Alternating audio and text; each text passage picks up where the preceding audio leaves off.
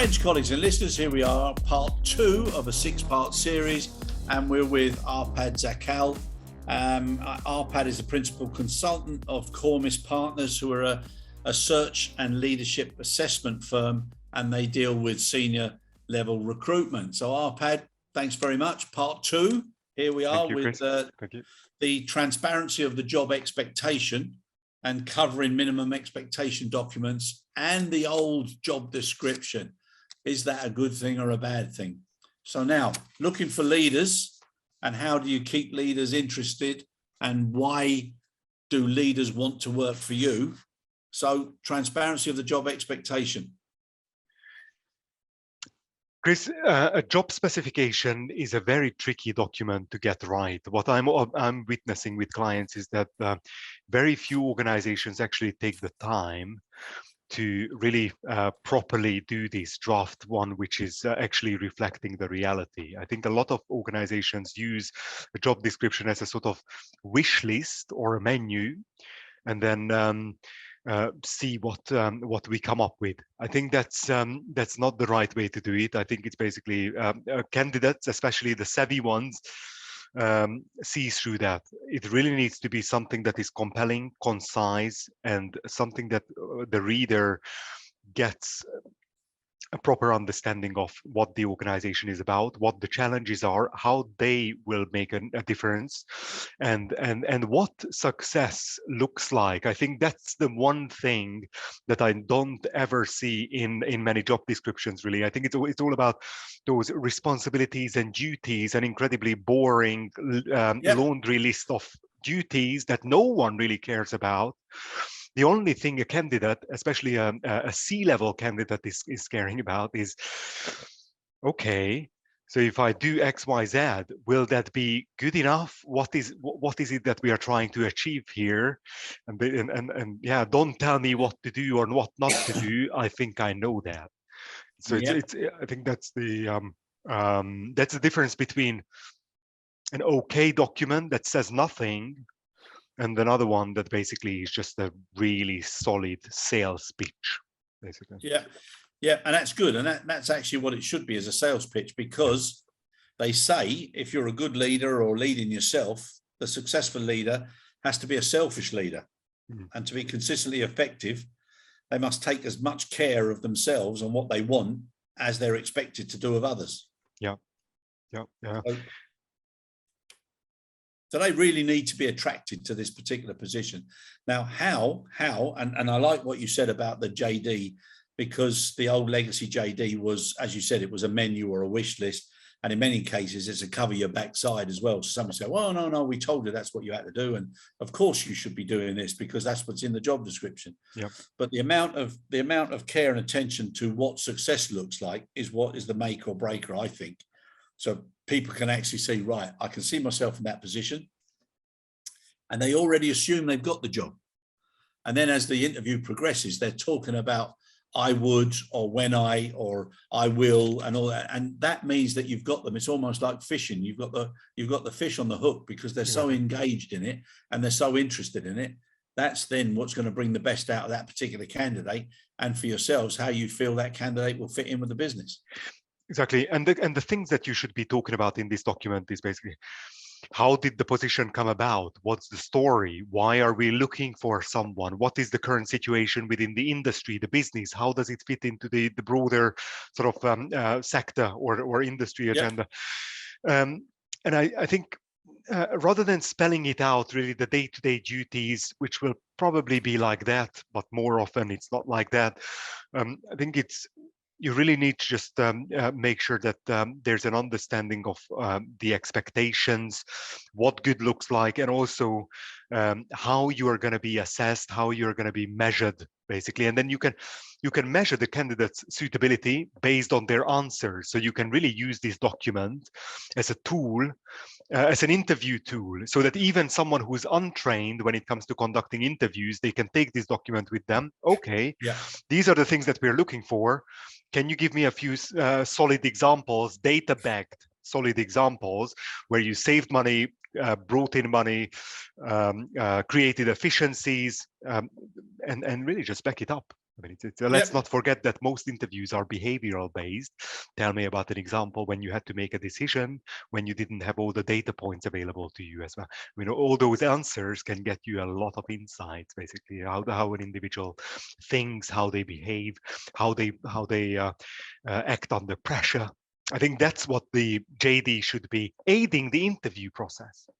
Yeah, no, I totally agree with that. And let me ask you something, Arpad. When you see a candidate who, who's obviously is, a good leader or a potential good leader, very confident, they're very, very forthright, they know exactly what they're talking about. Do you think it's a good thing to show a bit of vulnerability at the interview stage? Because, people, especially these days, they say, being vulnerable is not a weakness. It's potentially a proof of strength, and without it, nothing gets done. So when they've been positioned in awkward situations, how did they manage it, etc.? That show of vulnerability, do you see that as a positive, or do you see it as a negative? It's a double-edged sword. I think it really depends on the situation, the circumstances, who's interviewing you, what are you being interviewed for. I think it's good to show vulnerability is one thing, but I think humility and really accepting that you may not have all the answers, and really accept, like saying that I'm not the Jack or Jill of all trades. I probably don't have all the solutions that you are looking for, but I'm excited to be part or be leading the team, and together we are going to basically find the right way forward. Basically, I think that's a good way to answer. You don't come across as overconfident or cocky or full of yourself. An answer like that shows that you are aware of you are self-aware. You are aware that basically you have limitations. You are not God. So I think it's really important to show that. And I would agree that to a certain degree, if you manage it well during the interview process, and it's not viewed as a weakness, like an admittance that, oh, I haven't dealt with that, or I haven't been successful, then I think that's fine. Yeah, no, good one. Now, I've been doing a project with a company, and also working closely with some trainers, and we've developed a concept with minimum expectation documents being the major reference rather than the job description. And that minimum expectation document, it lists very clearly what is expected. But what it also does is it also shows the expected outcomes, task related and performance related. So you've got a very clear insight in one page, what's expected and the outcomes that should be there as well. And within those outcomes, you've got reference to the values and purpose as well of the company. Yep. And I've found that, people really like that, because it comes back to what you keep saying about the story and understanding what it's all about. I think it's invaluable. I've really enjoyed working with them. And I think, lots of companies should move away from that traditional, let's put it down on the job description just in case, and start focusing on what does the organization and the position actually need as far as the minimum expectations. I think that's a really good one, even beyond the interview process or the selection process. That document, I've seen it, by the way, various places. It can guide the first 90 days, the first 100 days. It's basically the onboarding process, and really just keeping you on track. These are the agreed sort of standards that we are following. And how are you measuring up against those? I think that could be a really good one in the first sort of even 6 months, really, to guide the conversation and to have that dialogue between the hiring manager and the new recruit. I think that's a really good one. Solid. Yeah, and how the minimum expectations documents, how we've been using them is, as you said, in the first 6 months, we give them a feedback and a follow-up against the minimum expectations every month for the first 3 months. And then, subject to how well that's going, you either continue every month or you do it after the second quarter.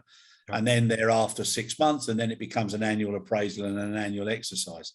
And it works really, really well, because people they like to self-assess and self-check that they're on track for what they understand. I think where the problems come is when people are called for an appraisal and all of a sudden they're told something that they didn't know or they didn't agree with, or it's a shot out of the dark whereby somebody just remembers the last good thing or bad thing that they did. Exactly, and it gives structure to those stay interviews or catch-up interviews or performance evaluations, so that you can really keep track of things, and it's not just a chat, but these are very concrete data-led sort of conversations when you can really just see it how an individual is performing. Basically, that's the yeah. No, I agree. Now you mentioned something there: stay interview or catch-up interview or exit interview.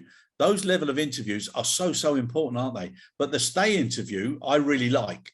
When somebody calls you, and especially if you're performing well, and you are as well, there's nothing better than a little bit of recognition or appreciation. And if you feel that somebody is aware of that and they actually give you a shout, and if it's the same interpretation that you have, but for me a stay interview is something that you do when somebody's performing really well, and you want to show them that little bit of extra appreciation and recognition, and maybe gear them up towards succession or promotion or whatever, so they know what the company and what you feel about them. I think and that's it's a so confirmation important. that the individual is doing well, and it's the recognition. I think it plays a very important role. And to be honest with you, Chris, I haven't seen many aviation organizations doing this. Where I've seen this is the broader sort of infrastructure space, other forms of transportation, logistics, distribution sort of companies, the Amazons of the world, who are basically just really making sure that this is an ongoing chat. This can take place at any time. It doesn't have to be a quarterly thing or a bi-weekly thing. Anytime, ad hoc, non-structured. I would add, and it's just nicer than just having an exit interview and then getting the download from the person. Well, I didn't like that, and that, but we never had the opportunity to discuss these things. Thank you, bye-bye. I think that's what these stay interviews are trying to replace, basically, eventually. Yeah, no, I totally agree. And I would think most individuals now, like when we've just talked about minimum expectation documents and JDs, etc. But what lots of them are looking for is, how has the company changed or transformed since this recent pandemic and the pressures that are on the majority of industries now? So, they're looking to see how have the people in front of them led that change, because if they're coming in at a certain level, that's also going to be something that's going to be a major challenge or a major opportunity for them in their new position. Exactly. And what does the company stand for? What are its values, its missions? How has the company adopted in the current climate, basically post-COVID? What has been happening? How many people did they lay off? How did they treat them? Are they getting them back? And if not, then why not? What is the company's approach to topics such as diversity, flexible working, employee well-being? I mean, these are so important these days that if you don't have a compelling answer to these questions at an interview stage, you will miss out, basically. I mean, this is what I mean, we'll talk about it later, but it's basically, this is what essentially company culture is made up of, all these different components. But let's not talk about that. We'll address that at a different episode. But yeah, and this is, of course, above and beyond the salary, the compensation, the benefits, things like that. Now with that, and looking at minimum expectations, job descriptions, etc., what's your opinion now of candidates and the remuneration package against the satisfaction package? Yeah, again, it depends on the level. I think at senior levels, what we're seeing that professionals are demanding and receiving very generous sort of packages, particularly in the US.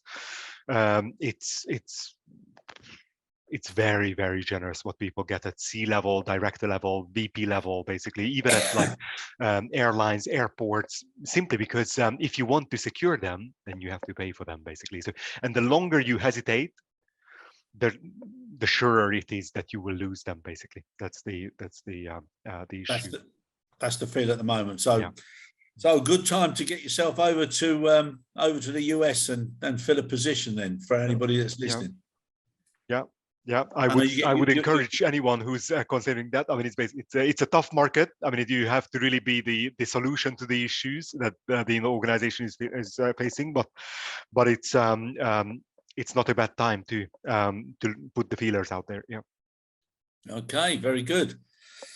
Right, might talk to you about that later on. But yeah, excellent to know. I must admit, I spent how many years did I spend working over there? 4 years, 4 and a bit years.